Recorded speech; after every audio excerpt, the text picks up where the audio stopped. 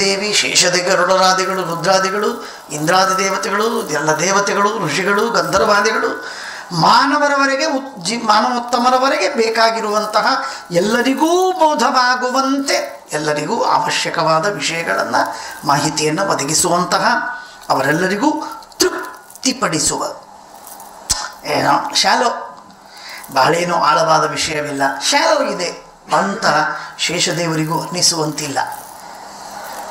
ಮೇಲಿನ ಮಾತುಗಳನ್ನು ಹೇಳಿದ್ದಾರೆ ಅಂತ ಅನ್ನಿಸುವಂತಿಲ್ಲ.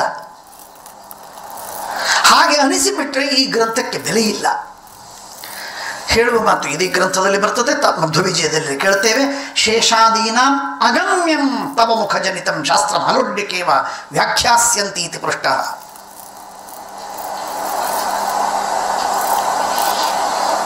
ಶೇಷಾದಿ ದೇವತೆಗಳು ಕೂಡ ಈ ಗ್ರಂಥವನ್ನು ಅಧ್ಯಯನ ಮಾಡಬೇಕಾದರೆ ವಿಶೇಷವಾದ ಅವಧಾನದಿಂದ ಅಧ್ಯಯನ ಮಾಡಿದಾಗ ಅದರ ಗಾಂಭೀರ್ಯ ತಿಳಿಯುತ್ತೆ. ಅಂಥದ್ದು ಬ್ರಹ್ಮಸೂತ್ರ ಭಾಷ್ಯಾದಿ ಗ್ರಂಥಗಳು. ಅಂದರೆ ಆ ಒಂದೇ ಗ್ರಂಥ ಪುಟ್ಟದಿರ್ಬೋದು ದೊಡ್ಡದಿರ್ಬೋದು, ಆ ಒಂದೇ ಗ್ರಂಥ ನಮಗೂ ಅರ್ಥ ಮಾಡಿಕೊಡಬೇಕು, ಶೇಷಾದಿಗಳಿಗೂ ಅದರಲ್ಲಿ ತೃಪ್ತಿಯಾಗುವಂತೆ ವಿಷಯಗಳನ್ನು ಒದಗಿಸಬೇಕು. ಅದು ಪ್ರಮೇಯವೋ ಅಥವಾ ಯುಕ್ತಿಗಳೋ ಅಥವಾ ಪ್ರಮಾಣಗಳೋ ಅಥವಾ ಸಾಧನೆಯೋ ಮೋಕ್ಷ ಸಾಧನೆಯೋ ಇತ್ಯಾದಿಗಳನ್ನೆಲ್ಲವನ್ನು ಹೇಳಬೇಕು.